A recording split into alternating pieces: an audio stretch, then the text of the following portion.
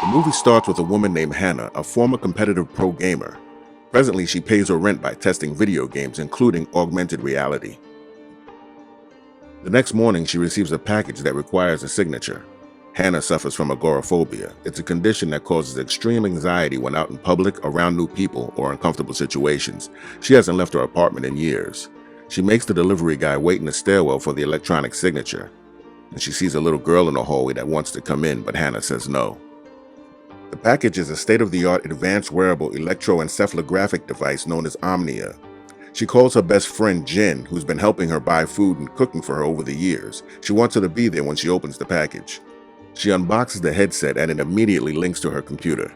This device is supposed to analyze the brain's neural interface to upgrade the gaming experience to a new level. Omnia requires calibration by having the wearer complete different recognition skills such as typing, reaction time, and even pain, while also wearing it at all times. After calibration, it will also allow you to control all of your electronic devices with your mind. She sleeps with the headset on. The next morning, she feels different, but she ignores it. She speaks to the little girl in the hallway through the door and tells her about her favorite childhood game, Tetris. The next day, while doing more reflex calibration, Hannah wants to dance and shows Jen that she can also control her devices by accessing her playlist.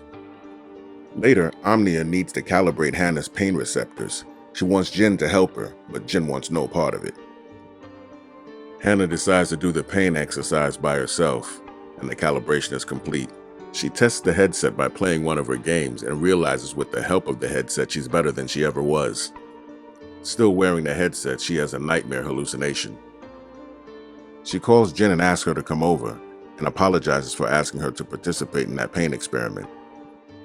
While waiting for her friend, she sees that she can augment reality without any equipment. Anna tells Jen that this headset is her opportunity to make some real money. She's going to enter the gaming tournament and tells Jen the prize money is $250,000 and she needs to bet all her money on her. And of course, she wins the tournament playing the game with her mind. Afterwards, Hannah starts hallucinating again.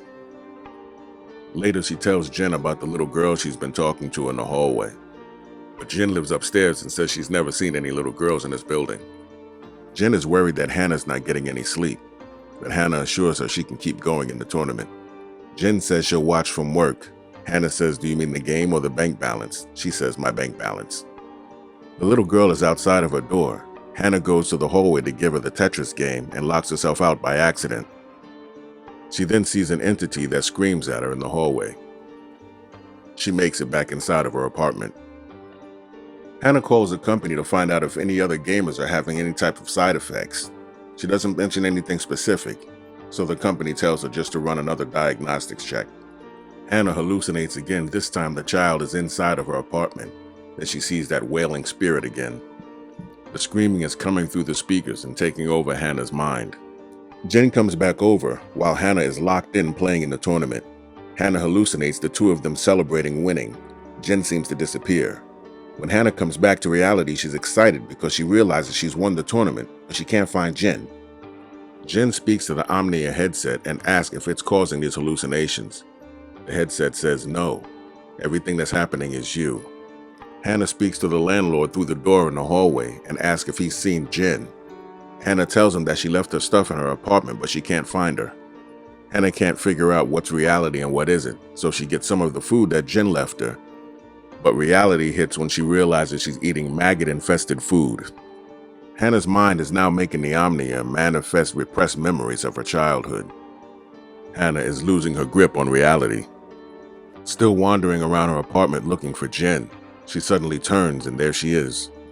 She runs to hug her and has another hallucination, but when she comes back to reality, she realizes she stabs her with an ice pick. She picks up her phone to call an ambulance, but Jen is gone. She begins trying to remove the headset, but every time she does, it's still there. Feeling like she's going completely crazy, she packs a bag in order to leave. As she musters the courage to walk out of the door, she is distracted by another hallucination of Jen being dragged into the bathroom. She goes to investigate and finds Jen's body decaying in the bathtub. Hannah begins to realize how much time has passed since she hasn't seen Jen. She's unsure of what's going on and she decides to check Jen's apartment. Once inside, she has a hallucination of her killing Jen. The Omnia has taken over her mind.